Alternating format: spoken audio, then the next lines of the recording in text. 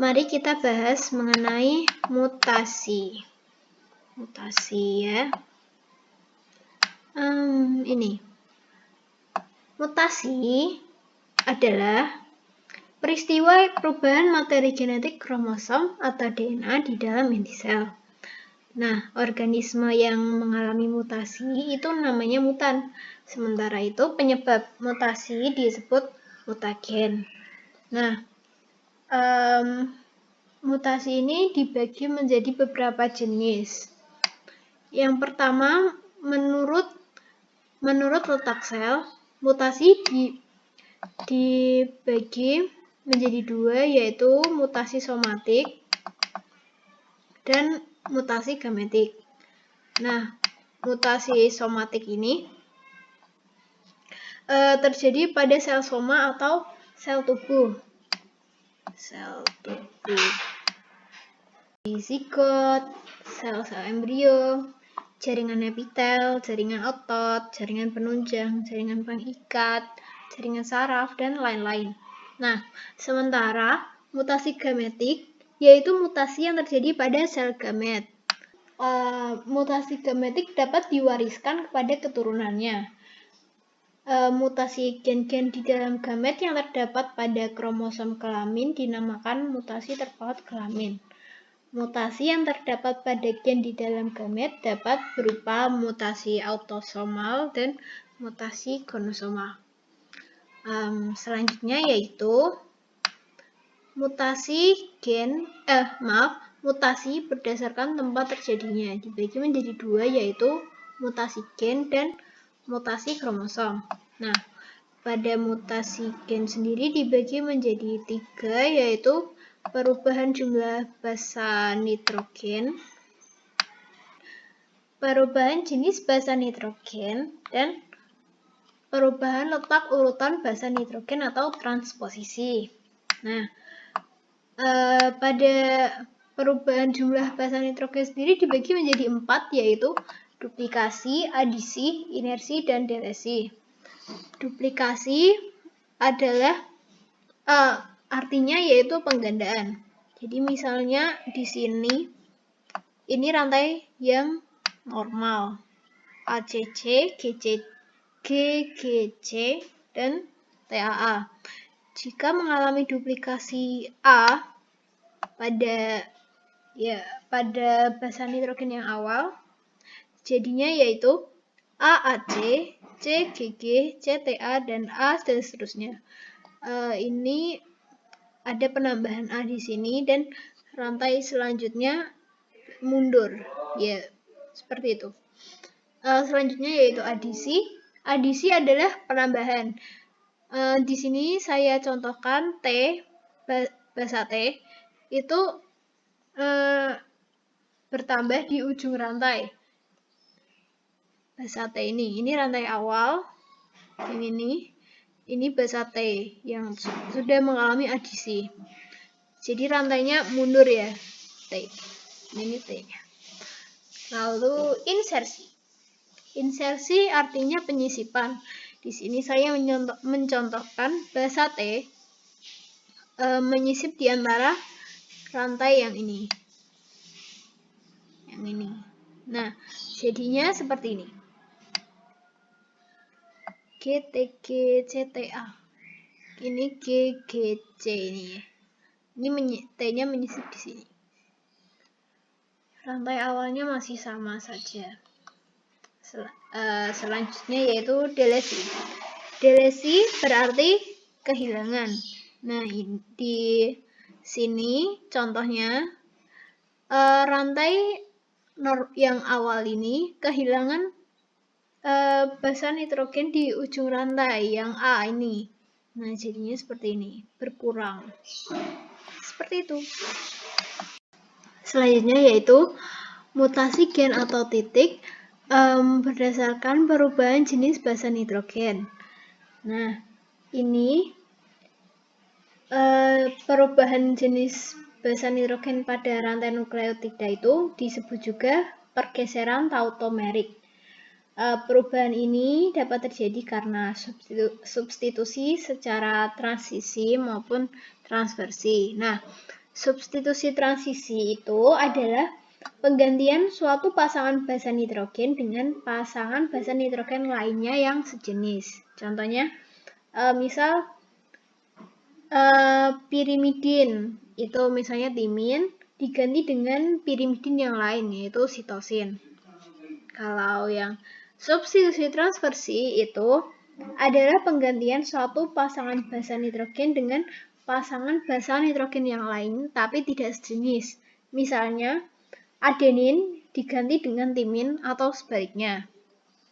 Selanjutnya ada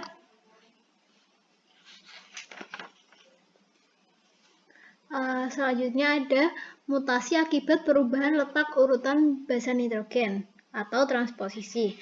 Nah, transposisi adalah pembentukan perubahan letak basa-basa nitrogen pada suatu rantai nukleotida. Misalnya, rantai DNA A, C, C, T, dan CAT. Nah, G sama T-nya itu misal bertukar tempat, jadinya ACC, TGT, dan CAT. Seperti itu. Selanjutnya yaitu kita akan membahas mutasi kromosom. Nah, mutasi kromosom ini dibagi menjadi dua, yaitu perubahan struktur berdasarkan perubahan strukturnya dan perubahan jumlah kromosom. Nah, berdasarkan perubahan struktur kromosom mutasi dibagi menjadi 4, yaitu delesi dan duplikasi, inversi, translokasi, dan katenasi. Yang pertama kita akan membahas delesi dan duplikasi. Delesi kromosom adalah peristiwa hilangnya sebagian segmen kromosom karena patah, kemudian segmen patahannya menempel pada kromosom lain yang sehomolog. Contohnya, delesi pada lengan pendek kromosom nomor 5 yang mengakibatkan sindrom Cri-du-Chat. Lalu duplikasi. Duplikasi kromosom adalah peristiwa kelebihan atau bertambahnya segmen kromosom. Segmen kromosom yang menempel berasal dari kromosom yang sehomolog. Akibatnya kromosom akan kelebihan Akibatnya kromosom akan kelebihan gen. Selanjutnya yaitu inversi. Inversi kromosom adalah perubahan urutan letak gen pada suatu kromosom karena terjadi pembalikan segmen kromosom. Pembalikan segmen kromosom itu terjadi karena kromosom patah di dua tempat yang diikuti penyisipan kembali gen urutan terbalik. Nah, ini inversi dibagi menjadi dua, perisentrik dan parasentrik. Selanjutnya yaitu ada translokasi. Nah, translokasi kromosom adalah peristiwa kromosom patah, kemudian patahannya itu melekat kembali pada kromosom tapi bukan sehomolog, jadi beda. Peristiwa ini itu menimbulkan gamet yang kurang mampu membuahi zigotnya atau bahkan tidak terjadi. Nah, translokasi ini dibedakan menjadi 3, yaitu respirok, non-respirok, dan Robertson. Yang respirok itu terjadi jika kromosom non-homolog saling bertukar fragmen. Nah, sementara translokasi non-respirok adalah translokasi yang hanya mentransfer satu fragmen kromosom ke kromosom non-homolog karena fragmennya tuh tidak menerima lagi fragmen yang lainnya. Selanjutnya yaitu translokasi Robertson. Itu terjadi pada kromosom akrosentrik yang memiliki lengan panjang dan lengan lainnya tuh sangat pendek. Nah, kromosom yang akrosentrik ini patah, kemudian antar fragmen lengan panjang itu bergabung dan membentuk kromosom metasentrik. Yang kalau yang Sementara yang fragmen pendek biasanya tuh hilang. Dan translokasi ini tuh biasanya ditemukan di tikus-tikus liar. Selanjutnya ada katenasi. Katenasi kromosom terjadi jika dua kromosom non-homolog membelah menjadi 4 kromosom, kemudian ujung-ujungnya saling bertemu sehingga membentuk lingkaran. Selanjutnya yaitu ada mutasi kromosom berdasarkan perubahan jumlah kromosom. Dibagi menjadi dua, yaitu euploid dan aneuploid. Euploid yang ini, euploid itu merupakan perubahan jumlah kromosom pada tingkat ploid, itu genom atau set kromosomnya. Euploid merupakan perubahan pada seluruh materi genetik dalam suatu set atau genom, sehingga jumlah kromosomnya itu kelipatan dari kromosom haploidnya, jadi berlipat-lipat gitu. Ini jumlah setnya. Monoploid itu 1N, diploid itu 2N, kalau polyploid itu 3N, 4N, 5N, dan seterusnya, yang lebih dari 2N. Menurut asal kromosomnya, euploid dibagi menjadi dua, yaitu autopolyploid dan allopolyploid. Autopolyploid sendiri itu artinya tuh auto itu sendiri. Nah, jika terjadi penggandaan sendiri pada kromosom yang sehomolog dari spesies yang sama. Autopolyploid ini dapat terjadi saat meiosis dan dapat dilakukan secara buatan. Contohnya pada tanaman tomat berbeda. Jika penggandaan set kromosom terjadi pada kromosom non-homolog dari spesies yang berbeda. Allopolyploid terjadi karena penyilangan antara dua spesies. Euploid ini terjadi melalui proses digini dan diandri. Digini adalah dua inti sel telur yang tetap terlindung dalam satu plasma dibuai oleh satu spermatozoa. Digini terjadi karena kegagalan sel polosit untuk memisah. Selanjutnya yaitu aneuploid.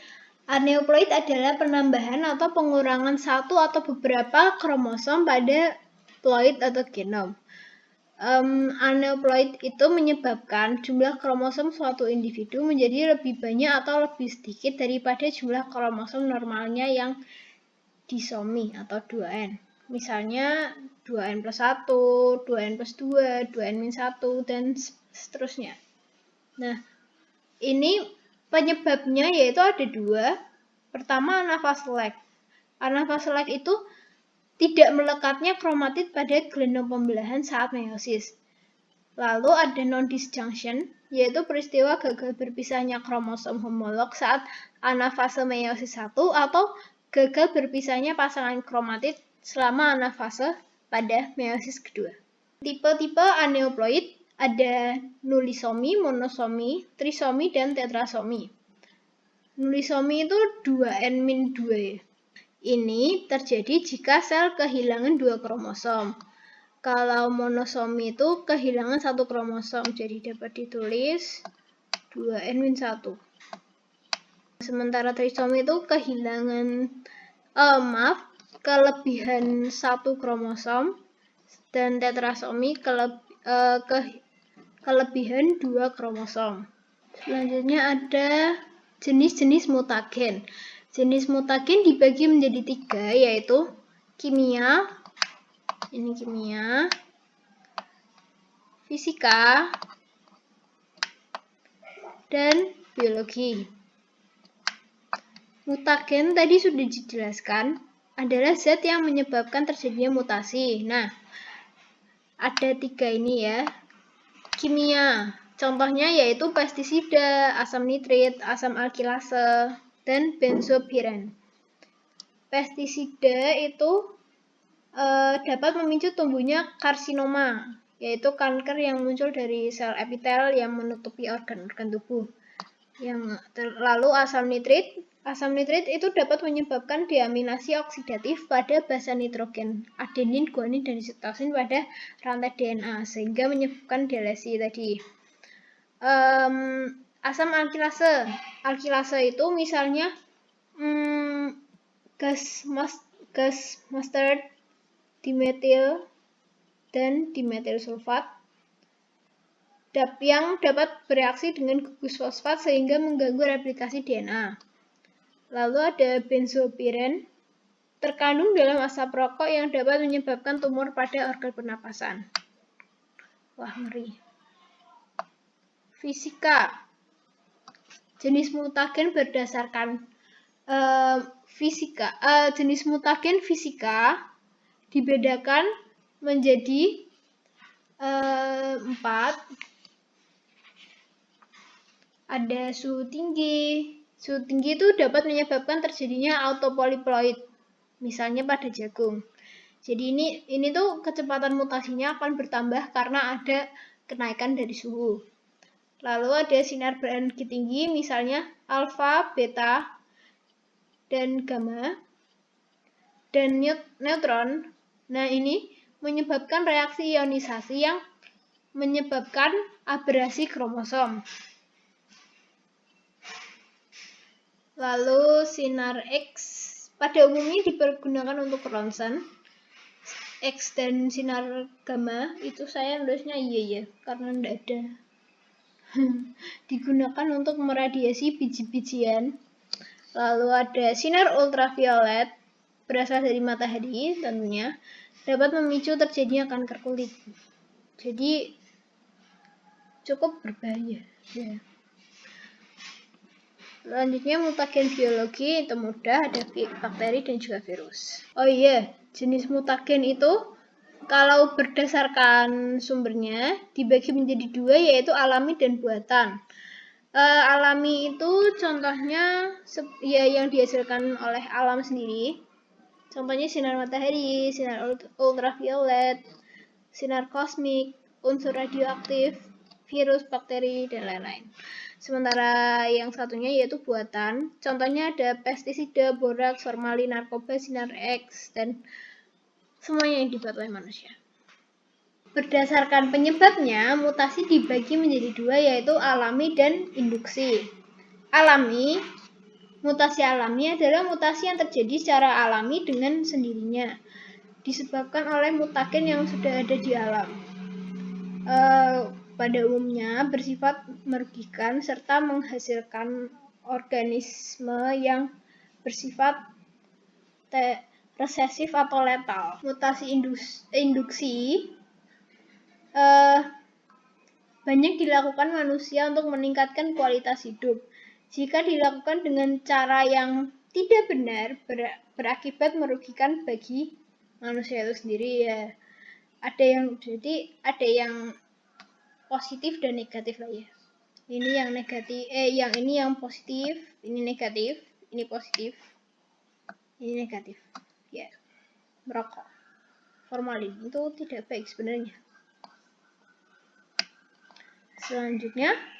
Selanjutnya, berdasarkan sifat genetik yang dihasilkan, mutasi dibagi menjadi 2, yaitu dominan dan resesif. Mutasi dominan akan tampak pengaruhnya baik dalam keadaan genotip dominan homozigot maupun heterozigot. Sementara mutasi resesif akan tampak pengaruhnya dalam keadaan genotip resesif homozigot. Gini. Ini. Misalnya B. Kalau yang dominan itu bisa homozigot atau heterozigot ya. Selanjutnya ada mutasi berdasarkan arah mutasi ini. Ada arah mutasi maju dan mundur atau balik. Mutasi maju menyebabkan fenotip organisme abnormal menjadi normal. Sementara mutasi balik menyebabkan fenotip organisme normal menjadi abnormal. Kebalikan ya berarti. Lalu jumlah faktor keturunan yang bermutasi ada mikro dan makro. Ini mikro, makro. Mutasi mikro adalah mutasi yang terjadi pada sebagian kecil faktor keturunan. Mutasi makro adalah mutasi yang terjadi pada sebagian besar faktor keturunan. Hampir semuanya berarti. Mutasi makro akan berpengaruh lebih nyata terhadap perubahan sifat-sifat fenotip dibandingkan dengan mutasi mikro. Dampaknya lebih terlihat yang makro. Selanjutnya ada ini dampak-dampak mutasi. Dampak mutasi yang bersifat menguntungkan di antaranya ada mutasi alami dan buatan pada tanaman sansevieria. Jadi, pada tanaman sansevieria, mutasi dapat terjadi akibat perbanyakan melalui stek daun dan karena adanya pengaruh dari faktor lingkungan seperti kesuburan tanah, suhu, dan pengaruh cahaya. Sinar X dan gamma merupakan pengion yang dapat melepas energi ionisasi ketika melewati materi. Nah, meskipun demikian, ada kalanya tanaman mutasi kembali normal apabila dikembangbiakan secara generatif. Walaupun mengalami mutasi, tanaman mutan tetap menyimpan gen normal. Nah, gen normal itu nantinya bisa kembali lagi kalau dikembangbiakan secara generatif. Selanjutnya ada penggunaan kolkisin pada semangka tanpa biji. Nah, pada budidaya semangka tanpa biji, pemberian kolkisin pada tunas dan perendaman biji semangka ke dalam kolkisin dapat mencegah terbentuknya benang-benang spindle selama terjadi pembelahan mitosis. Nah, kalau tidak ada benang spindle, kromatid itu tidak dapat dipisahkan. Akibatnya terjadi pelipat gandaan jumlah kromosom. Misalnya 3N yang merupakan bibit semangka tanpa biji. Selanjutnya, dampak mutasi yang merugikan. Kalau pada mutasi gen, contohnya tuh kalau mutasi gen tuh sickle cell anemia atau anemia sabit. Nah, ini ditandai dengan sel darah merah yang berbentuk sabit. Pada penderita sickle cell anemia, hemoglobin mengalami kelainan, yaitu penggantian satu basa nitrogen sehingga menghasilkan asam amino jenis lain yang mengakibatkan susunan rantai polipeptida pada molekul hemoglobin abnormal. Kalau di manusia normal, hemoglobinnya namanya hemoglobin A. Kalau di manusia yang mempunyai sickle cell anemia, itu hemoglobinnya hemoglobin S. Selanjutnya ada sindrom Turner. Sindrom Turner.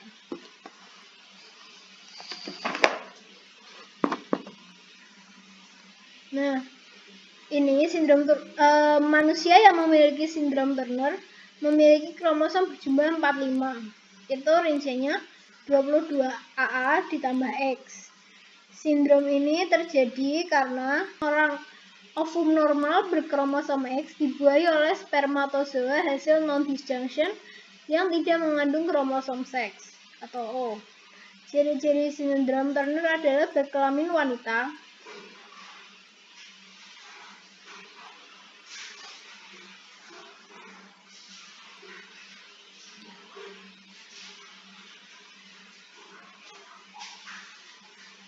Ciri-ciri sindrom Turner adalah berkelamin wanita, bertubuh pendek, ovarium dan payudara tidak berkembang, steril, bentuk leher bersayap, dan memiliki kelainan jantung serta keterbelakangan mental. Itu adalah sindrom Turner. Setelah itu sindrom Down. Sindrom Down jadi karena trisomi pada kromosom nomor 21 sehingga memiliki kromosom 47 dengan karyotip 45A ditambah XY atau 45A ditambah XX. Nah, ciri-ciri bermata sipit, fertil, kaki pendek, berjalan lambat, menderita kelainan jantung atau kardiovaskuler, serta pertumbuhan tubuh dan mental agak lambat. IQ-nya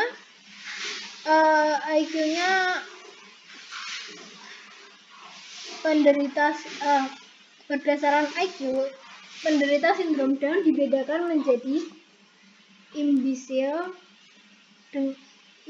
dengan IQ 25-49, idiot dengan IQ 24, dan debil dengan 50-69. Ini ada sindrom Edwards.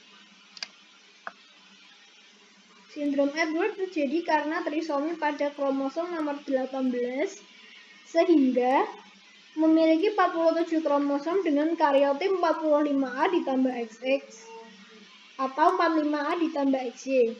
Ciri-cirinya bentuk kepala panjang, bentuk muka khas, jari tangan tumpang tindih, pola sidik jari sederhana, dada pendek dan lebar, memiliki kelainan jantung dan ginjal serta berumur pendek.